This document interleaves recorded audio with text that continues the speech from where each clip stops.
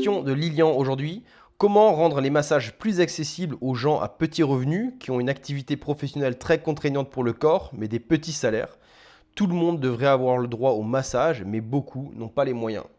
Alors, je comprends ta question, mais par contre, il faut être clair sur un point. Un masseur formé ne peut pas simplement casser ses prix juste pour rendre ses massages accessibles à tout le monde. Derrière un massage, il y a de la formation, de l'expérience, du matériel, des charges, parfois des déplacements, et surtout un métier qui est physiquement exigeant. Et un masseur ne peut pas enchaîner 15 personnes dans la journée juste pour compenser un tarif trop bas. Donc si tu demandes à un professionnel qualifié de diviser ses prix, à un moment donné, soit il ne gagne plus correctement sa vie, soit il doit augmenter énormément son volume de travail. Et dans les deux cas, c'est pas viable. Mais ça ne veut pas dire qu'il n'existe pas d'autres solutions. On peut par exemple imaginer ponctuellement des journées découvertes avec des séances plus courtes ou des massages ciblés de 20 à 30 minutes à un tarif plus accessible. Tarifs spécifiques sur certains créneaux horaires les plus vides ou surtout développer davantage la prestation en entreprise où une partie du coût ou la totalité est prise en charge par celle-ci. Donc pour moi et puis de manière générale, la solution ne doit pas être de demander aux masseurs formés de dévaloriser leur travail.